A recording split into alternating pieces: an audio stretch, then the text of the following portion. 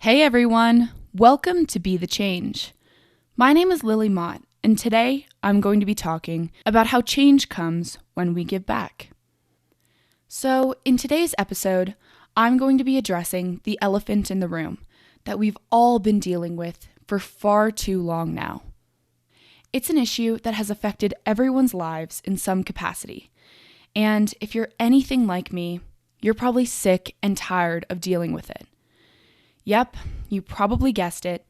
The elephant is coronavirus. I've tried to stay away from talking about COVID on this podcast because I personally have felt overwhelmed by bad headline after bad headline covering the pandemic, and I wanted to get away from it a little on this podcast.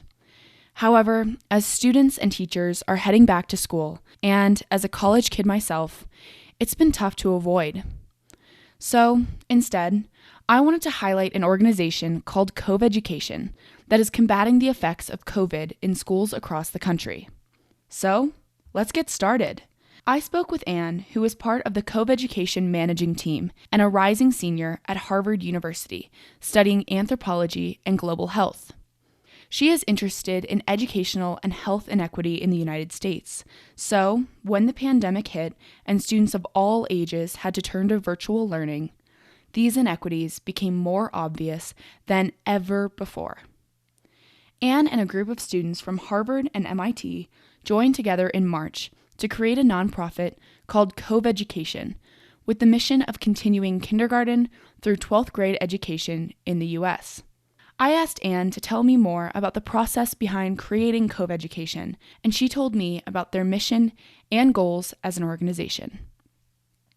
We started in mid-March, and we first started off with just like a group of individuals from Harvard and MIT who were wanting to set up some kind of program to match K through 12 students across the country with undergraduates and recent postgraduate students, just to have like a resource for K through 12 students who were being like severely affected by the pandemic and didn't have the resources or the guidance and just general academic and moral support that students oftentimes have through their like school networks when they're in person. And so it all started out with like a few Google forms and surveys just to get a sense of what people like needed and how many people would be interested.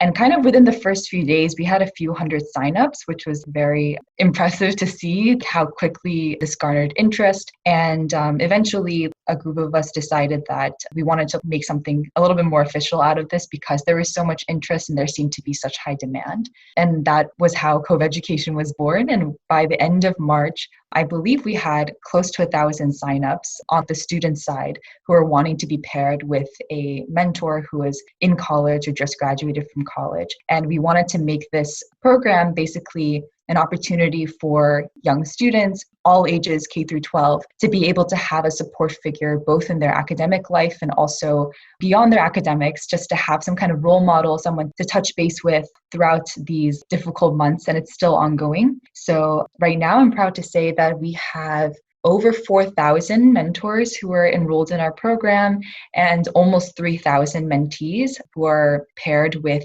again, either a current undergraduate student or a recent postgrad. And all our mentors are individuals who have like gone to a US accredited university in the 50 states. And so our program is pretty limited to the United States. However, we've expanded in the sense we have some branches that are abroad. So we have like a COVID India branch, and we're potentially creating one that's for Canadian students, potentially one in the UK and in Southeast Asia, but they're all works in progress for sure. But yeah, we definitely really want to do as much as we can as students. This is all purely on a volunteer basis. Everyone who's on like the managing team and on the board of our organization are all doing this voluntarily. So it's really just heartwarming and wonderful to see how people have come together so quickly and so effectively I can't say that we're solving like inequities, educational like opportunity and support in the US right now, but we definitely are mitigating, I think, and I hope a lot of the negative effects that this pandemic has been having on a lot of students, especially those with limited access to resources to begin with. Anne mentioned that CovEducation now has over 4,000 mentors and almost 3,000 mentees, which has now changed to over 3,000 mentees as the organization has continued to grow in just the past couple of weeks. I asked Anne about how these mentor-mentee relationships work in the age of Zoom calls and social distancing, and this was her response. We ask our mentors to meet with their mentee at least once a week for an hour, but we found that most mentee-mentor pairs meet for more than that. And we really encourage the relationship to be beyond just, tutoring and like XYZ subject. I'm confident in saying that we pretty much cover every subject imaginable, ranging from like foreign languages, math, English, science, history, etc., and also college prep and guidance for those who are seeking it and maybe their latter high school years. So yeah, it's like a lot of just guiding and supporting, but also helping out with homework assignments if that's something the student needs. And everything is very much catered towards what the student really wants and wants to get out of the relationship. And we also have kind of a mentor-mentee support team that's kind of on call like all the time pretty much, and any emails or messages that we get we try to resolve as soon as possible. But yeah, so I would say that it's like a mix between a tutor-tutee relationship and also a mentor-mentee relationship, and we really encourage just for the relationship to be like fostered over the period of weeks or months that the student is paired with their mentor. And alongside that, we also host a wide range of events amongst our CovEducation community.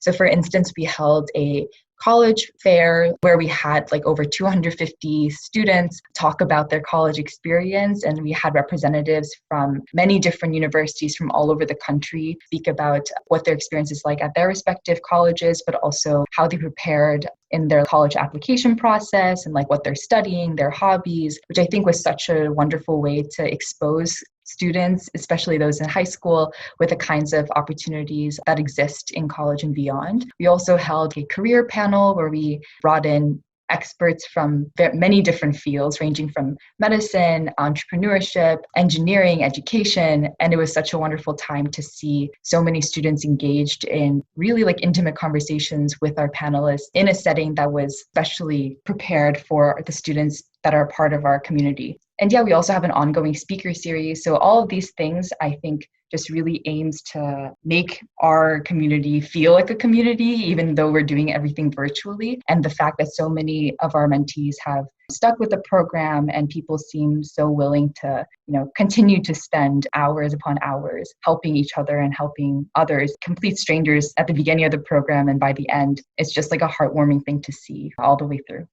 I am inspired by the way that Anne and the other founders of CovEducation recognized the severity of the pandemic, and they chose to step up and help others. And please keep in mind that Anne and the other organizers are all college students. College students. Students in their early 20s who are engaging and connecting thousands of people to bring some light to this dark and difficult pandemic we've been facing. We are obviously all dealing with COVID, and as students go back to school, CovEducation will still continue to offer resources. I asked Anne to tell me more about what the future looks like for CovEducation, and this is what she told me. Yeah, so we're planning to continue at least through the fall semester and probably further beyond that, because I don't think this pandemic is going to end anytime soon.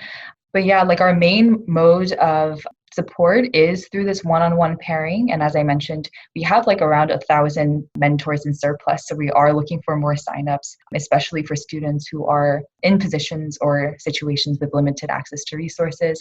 So yeah, we're just continuing our outreach efforts so that we are bringing in students to participate in our program who would very much benefit from opportunities and resources that we provide. And so the one-on-one mentoring, tutoring will definitely continue, and we'll be picking up on our fall term, but anyone's welcome to sign up and start whenever. We just have these term times like set out so that mentors have a clear sense of the expectation of this is your start date, this is your end date. But a lot of mentor-mentee pairs have been renewing their contracts, not the right word, but pairing situations so that they can continue throughout multiple terms. The resources that we have available on our website will be there and will stay there forever, regardless of when this matching platform decides to stop. But we're thinking that we're going to continue it for the foreseeable future. And beyond that, we'll continue to hold events. We've been having a speaker series event throughout the summer as well, where we've brought in prominent guest speakers. Like, for instance, we had Professor Angela Duckworth come in yesterday and speak with our students regarding COVID-19 and education.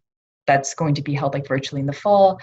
And we'll hopefully hold more like events like different career panels and college fairs as that time rolls around. And yeah, we're just looking forward to just continuing maximizing our impact. We're also working on a method to make our resources as accessible to students who don't have as stable or as strong of like Wi-Fi bandwidth. So adapting a lot of our educational resources that we have to make it available to download, say like in PDF, so that students can read the materials rather than have to engage in things that require, say, like higher bandwidth.